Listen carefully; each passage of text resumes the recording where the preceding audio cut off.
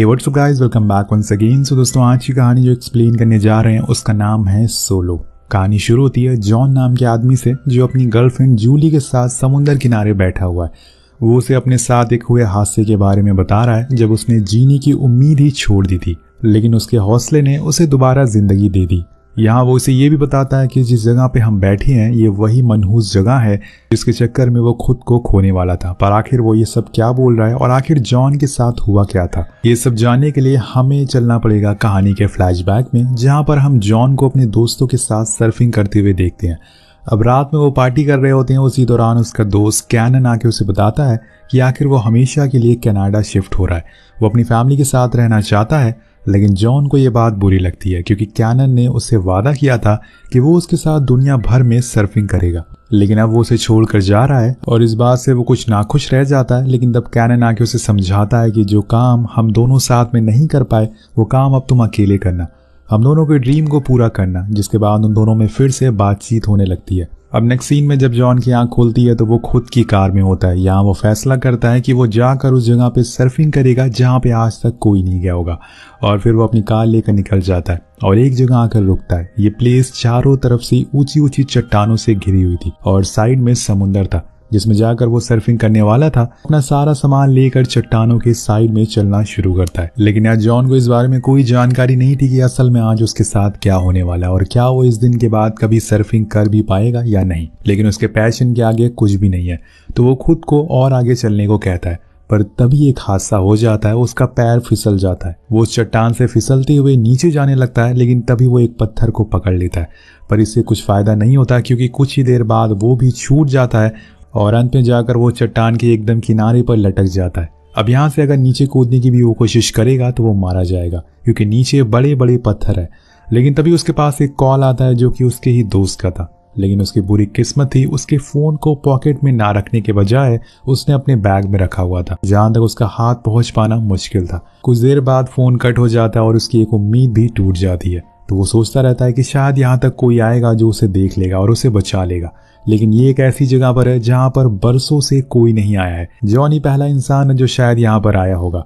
वो कब तक ऐसे ही लटका रहेगा, उसे कुछ ना कुछ तो फैसला लेना ही पड़ेगा। तो वो डिसाइड करता है कि वो नीचे कूदेगा, लेकिन अभी नहीं, जब समुंदर की लहर आकर उस पत्थरों से टकराएगी, जिसके लिए वो काउंटिंग करना शुरू कर देता है ताकि उसे वेव का समय पता चल सके।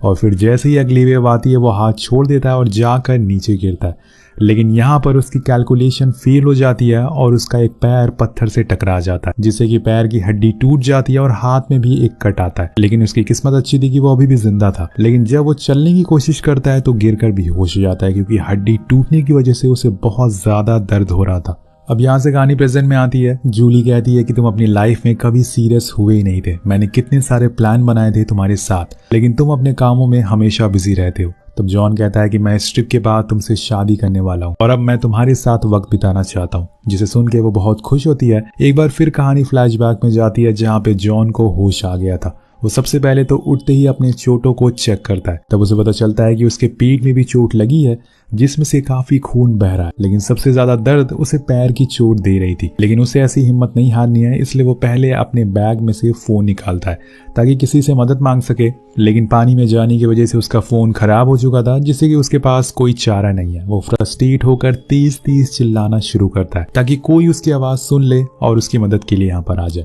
लेकिन उसके और समुंदर के अलावा कोई भी उसकी आवाज नहीं सुनता, जिस वजह से वो चुपचाप हो जाता है। कुछ समय इंतजार करने के बाद वो फैसला करता है कि वो अब इस समुंदर को तैर कर पार करेगा। लेकिन ये बस कहना आसान था, करना ही उतना ज्यादा मुश्किल था। लेकिन अगर कोई ऐसी हालातों में फंसा हुआ हो तो उसके दिमाग में एक बार ये ख्याल तो जरूर आएगा। अगर आप ऐसी जगह पर फंस जाते हैं तो सबसे पहला कदम क्या उठाएंगे, नीचे कमेंट करके हमें जरूर बताएगा।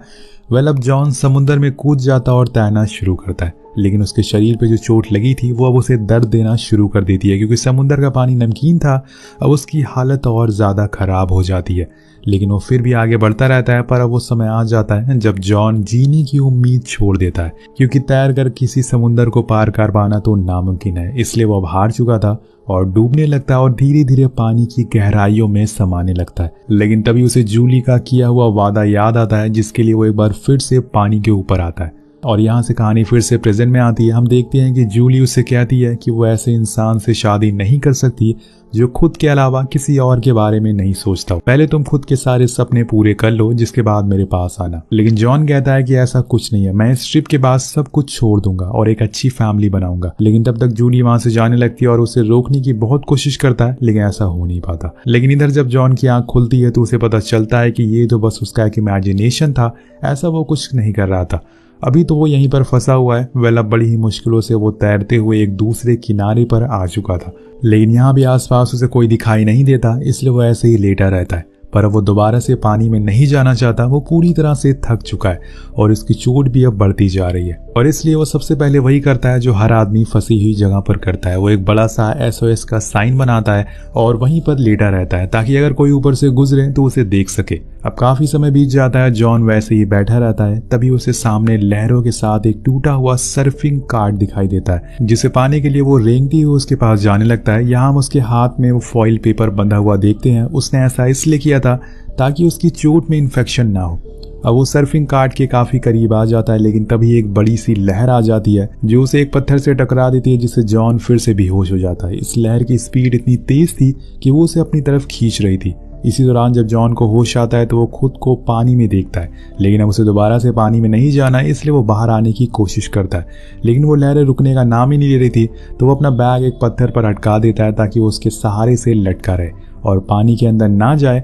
उसी दौरान उसे एक हेलीकॉप्टर भी दिखता है जो उसके ऊपर से ही गुजरता है, लेकिन जॉन की किस्मत यहाँ खराब होती है। वो लोग उसे ना तो बनाए हुए साइन को देख पाते हैं और ना ही उसे, तो वो उदास होकर वहीं लटका रहता है। और कुछ देर बाद जब उसकी आंख खुलती है तो वो देखता है कि एक बर्ड उसकी चोट में से मांस का टुकड़ा निकाल कर खा रही है, जिससे कि उसे बहुत ज्यादा दर्द होता है और वो रेंगते हुए किनारे पर जाने लगता है। लेकिन अब उसमें रेंगने की भी ताकत नहीं बची थी। उसने ना तो कुछ खाया था और ना ही कुछ पिया था, इसलिए उसके अंदर अब प्यास बढ़ने लगती है। तो वो अपने पास कुछ खाने का सामान ढूंढने लगता है, लेकिन इस जगह पर उसे कुछ भी मिलने वाला नहीं है सिवाय दर्द के, क्योंकि साइड में पड़ा एक मछली पकड़ने वाला ट्रैप उसके हाथ में चुभ जाता है, जिससे कि उसे और ज्यादा दर्द होता है। अब धीरे धीरे अंधेरा भी हो जाता है और रात में ठंड और ज्यादा बढ़ जाती है। तो जॉन उन सारे फॉइल पेपर को अपने शरीर पर लपेट लेता है और तभी उसे टॉयलेट आता है, पर वो उसे वेस्ट नहीं करता, बल्कि अपने टॉयलेट फॉइल पेपर के ऊपर करता है और देन उसे पी जाता है, क्योंकि इसके अलावा उसके पास कोई ऑप्शन नहीं था। अब कुछ समय के बीतने के बाद उसे बादल गरजने की आवाज आती है, जिसे सुन के उसे थोड़ी खुशी मिलती है, क्योंकि अब उसे पीने का पानी भी मिल जाएगा। अगली सुबह जब उसकी आंख खुलती है तो उसके साइड में वही बर्ड बैठी थी जिसने उसके मांस को खाया था, पर इस बारी वो उसे भगा देता है और उसी दौरान उसे फोन रिंग की आवाज आती है। वो अपना फोन ढूंढने लगता है कि शायद उसे कोई कॉल कर रहा हो, और तब जाकर उसे पता चलता है कि वो आवाज मिट्टी के नीचे से आ रही है। तो वो फौरन उसमें गड्ढा करना शुरू करता है। तब जाकर उसे फोन मिल जाता है जिसमें उसके मॉम डैड की वीडियो कॉल आ रही थी। वो उसे पूछ रहे थे कि आखिर कब वो उन्हें जूली से मिलवाने जा रहा है, लेकिन वो कुछ भी जवाब नहीं देता। तब हमें पता चलता है कि ये असल में उसकी एक इमेजिनेशन है, असल में ऐसा कुछ हुआ ही नहीं है। यहाँ अब जॉन धीरे धीरे करके अपनी हिम्मत हार रहा था। उसे अब कुछ समझ नहीं आ रहा था कि अब वो करे तो करे क्या, यहाँ से बाहर कैसे निकले। लेकिन इन सब चीजों के दौरान वो अपनी फोन वाली इमेजिनेशन को छोड़ता नहीं है। वो अपने मॉम डैड से बातें करना शुरू कर देता है, क्योंकि उसके दिल कह रहा था कि आज जो बात करनी है कर लो, क्योंकि आगे क्या पता वो जिंदा रहे भी या फिर नहीं।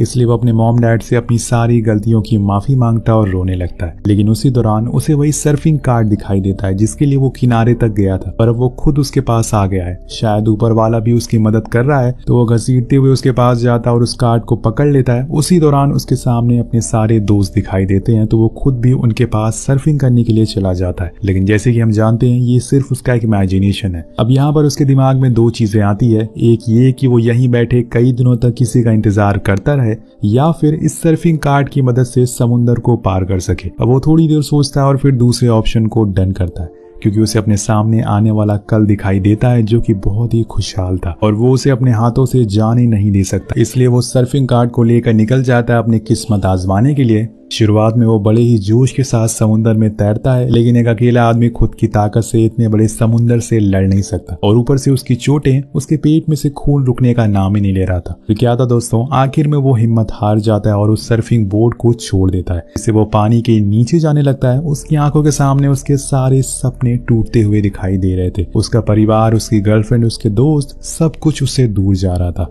लेकिन शायद उसकी किस्मत में कुछ और लिखा था, क्योंकि जो हेलीकॉप्टर उसके ऊपर से गुजरा था असल में उन लोगों ने उसे बनाए हुए साइन बोर्ड को देख लिया था। वो कुछ ही समय बाद वहाँ पे डाइवर्स की टीम लेकर आते हैं जो जॉन के सर्फिंग कार्ड को देख लेते हैं और फिर पानी में जाकर उसकी जान बचा लेते हैं। यानी कि जिस चीज़ को जॉन ने अपनी पूरी ज़िंदगी दे दी उसने ही उसकी जान बचाई, वो सर्फिंग बोट।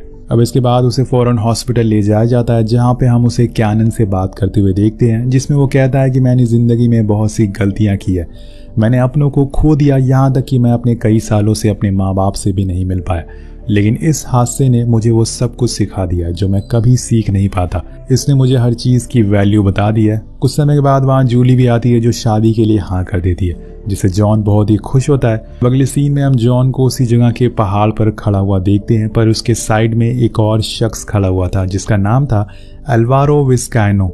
ये वही आदमी है जिसके ऊपर ये पूरी स्टोरी बनाई गई है। इन्होंने ही अपनी लाइफ के कुछ मुश्किल समय उस जगह पर बिताए जहाँ पर कोई जाना भी नहीं चाहता था।